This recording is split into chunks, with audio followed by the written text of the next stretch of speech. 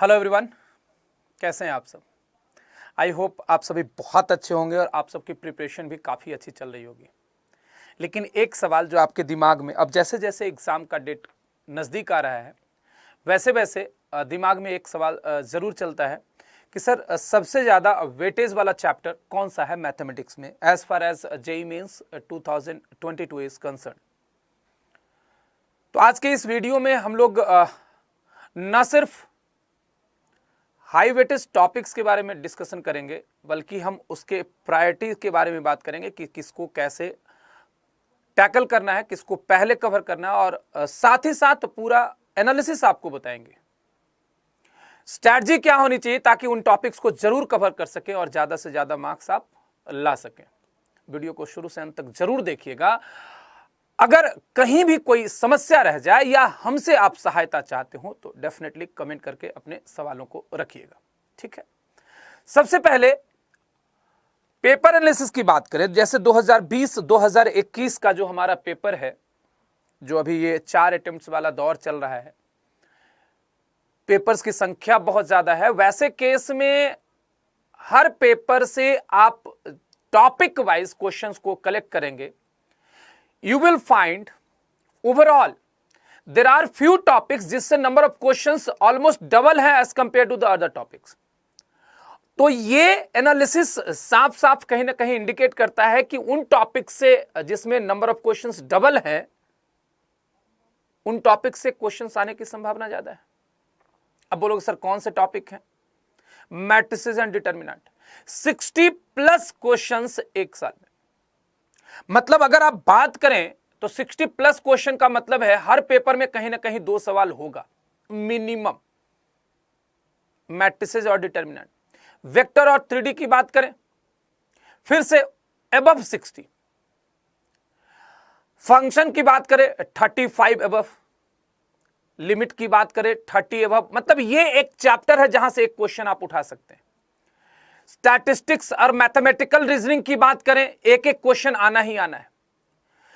Binomial theorem की बात करें 35+ क्वेश्चंस बायनोमियल थ्योरम से पूछे गए हैं। What does it indicate? अगर हमारे पास 30 पेपर्स हैं, 32 पेपर्स हैं, जो भी है एग्जैक्टली अगर आप देखोगे तो हर पेपर में ऑलमोस्ट आपको मिल जाएगा और कभी कभी एक ही पेपर में 2-2 सवाल भी आ गए हैं। ये सारे वो टॉपिक हैं जहां से आपको तैयारी करना बहुत जरूरी है। तो आइए सारे टॉपिक को एक जगह लिस्ट करके आपको दिखाते हैं कि किन टॉपिक्स को पहले आपको कवर करना है। कंप्लीट दिस टॉपिक्स फर्स्ट, पहले आप इन टॉपिक्स को कवर करें। जैसे अगर आप बात करेंगे इसके बारे में, लिमिट एक क्वेश्चन आना ही आना है। एप्लीकेशन ऑफ डेरिवेटिव से 3 क्वेश्चन तक हो सकता है, जैसे इंक्रीज पूरा नहीं सर, उसमें डर जाते हैं। कोई बात नहीं बेटा, जितना आपसे होता है। मैंने बोला surface knowledge, equation of tangent, equation of normal, increasing decreasing का बेसिक कॉन्सेप्ट, ये सारी बातें तो आ सकती है ना समझ में, तो वो आपको करना ही करना है। और different integration, area under curve, differential equation, इन सब से मिला करके नहीं तो कम से कम आप 5 से 6 सवाल बना ले जाओगे। I am not talking about how many questions will be asked, rather I am talking about कि this many question you will definitely score from this topics if you cover them first. क्योंकि पहले cover कर लोगे, बार बार उसके question को practice करोगे। Strategy क्या रहेगी वो हम लास्ट में बताने वाले हैं। फिर बायनोमियल थ्योरम, इसकी प्रायोरिटी, आप यहां से 2 क्वेश्चन देखिए, आप यहां से 2 से 3 क्वेश्चन देखिए, यहां से 1 क्वेश्चन देखिए, स्टैटिस्टिक्स एक और एक आपका मैथमेटिकल रीजनिंग। 2 2 4 मिनिमम भी लेते हैं, 5 1 6, तो आपके पास 2 2 4 1 5 1 6 1 7 क्वेश्चन आ गया। 7 से 8 क्वेश्चन आप लेकर चल सकते हैं। 7 और 6 13 क्वेश्चन, मतलब आप 50% से अबव इन्हीं टॉपिक्स में से कवर कर सकते हैं। ये सबसे ज्यादा वेटेज वाला है, हाईएस्ट वेटेज आपको इन्हीं टॉपिक्स का मिलेगा। So dear students, you might feel कि सर कोऑर्डिनेट ज्योमेट्री कहां गया। कोऑर्डिनेट ज्योमेट्री को मैंने साइड कर दिया इसलिए क्योंकि बहुत सारे फॉर्मूले होते हैं, वहां से भी 2 से 3 सवाल की संभावना प्रबल होती है, लेकिन उसको मैंने साइड कर दिया। आप जिन बच्चों का वो स्ट्रांग है उसमें कहने की बात नहीं, वो बार बार कर ले जाते हैं। जिनका नहीं स्ट्रांग है वो पूरा डर जाते हैं, क्योंकि शुरुआत से 5 टॉपिक लगातार इंटर रिलेटेड टाइप का होता है। लेकिन फिर सरफेस नॉलेज जरूरी है ताकि हल्के सवाल आए तो बना के निकल जाए। अब ये ग्रीन वाला जो है इसको आप बाद में प्रायोरिटी दे सकते हैं। इनसे भी एक सवाल आपको देखने को मिलते हैं। कॉम्प्लेक्स नंबर से हल्के सवाल आए तो आप बना के निकल जाइए। इंडेफिनिट इंटीग्रल, अगर आपने इंटीग्रेशन पूरा किया है तो इंडेफिनिट इंटीग्रेशन पे कहीं ना कहीं कमांड होगा, तो इनसे भी एक एक सवाल। इन सब से सवाल आने की संभावना उस तरीके से नहीं है कि आएगा ही आएगा, लेकिन आएगा तो बनेगा, इसलिए प्रायोरिटी वाइज अलग किया। Differentiation, it will involve many things. हो सकता है डिफरेंशिएशन का रहे ना रहे, लेकिन इसको मैंने एक जगह रखा है कि अगर आएगा तो बनेगा। यहां फार्मूला आपको बहुत मदद करेगा, सो फार्मूला पे आप ध्यान दीजिएगा। जितने भी फार्मूले हैं you should get by heart. You should not forget कि ये आपका जो रेड वाला है ये कहीं ना कहीं आपको फंसाने का काम करेगा। फंक्शन आप बहुत ज्यादा दिन तक पढ़ते हैं, बहुत सारे कॉन्सेप्ट पढ़ते हैं, फिर भी सियोरिटी नहीं होती, इसलिए इसको मैंने रेड में रखा है। Complete this topics later. LCD, इसमें 3 टॉपिक्स हैं, किसी से सवाल आ सकता है, नहीं आ सकता है, कॉन्सेप्चुअल हो सकता है, तो आप इस ऑर्डर में इसको करेंगे और बोलोगे सर कोऑर्डिनेट ज्योमेट्री, मैंने पहले ही बताया कोऑर्डिनेट ज्योमेट्री आपको किसी में भी नहीं है, वो अपने स्वेच्छा अनुसार है, तो वो आप स्वेच्छा अनुसार रखिएगा।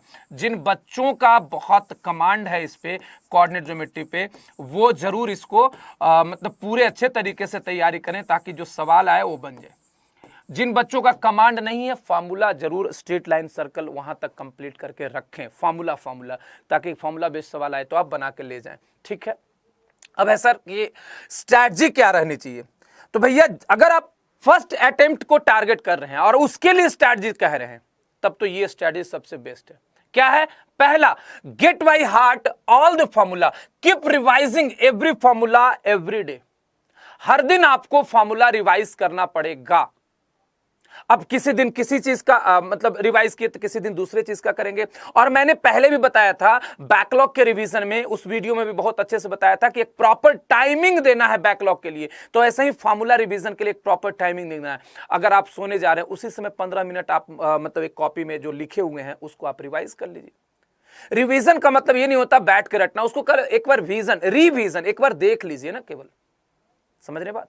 तो formula revision is very important. Next point is revise self made notes, जो आप अपने हाथों से लिखे हैं, जहां जहां जो जो इंपॉर्टेंट पॉइंट लगा है, कोई भी इंपॉर्टेंट क्वेश्चन लगा है, इंपॉर्टेंट कॉन्सेप्ट लगा है, anything whatever you felt at that point of time was important for you, आपने लिखा है, उस नोट्स को आप बार बार रिवाइज करेंगे, उसके लिए एक समय निकाल के रखेंगे। And last, most importantly, to get the enough of confidence to improve your speed and maintain your accuracy, आप प्रीवियस ईयर पेपर को एज इट इज बनाएंगे, as it is with the time limit set करके आप previous year question paper को बनाएंगे।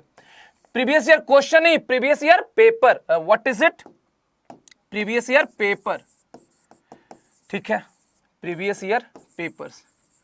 तो आप randomly कोई पेपर आप सेलेक्ट करेंगे, बहुत सारे सवाल आपको हो सकते हैं देखे से लगे, क्योंकि आपने बहुत सारे क्वेश्चंस आप बना रखे होंगे, लेकिन कोई बात नहीं, वहां पर आप डायरेक्ट आप आंसर टिक मत करना, बनाने की कोशिश करना, ताकि आपका दिमाग के साथ कलम चले और एक्यूरेसी पे कभी भी कोई आंच ना आए। कभी कभी ऐसा होता है, थोड़ा सा डेटा चेंज होता है और हमें लगता है वही है और आप आंसर टिक कर जाते हैं। अगर आप बनाए हुए हैं तो कम समय में बन जाएगा। Follow this and definitely you will do well in the upcoming exam. अगर वीडियो पसंद आए तो अपने दोस्तों में शेयर करना नहीं भूलना, चैनल को सब्सक्राइब करना भी नहीं भूलना। आपके लिए यहाँ पर जेईई और नीट की बेहतरीन तैयारी के लिए सारे कंटेंट प्रोवाइड किए जाते हैं।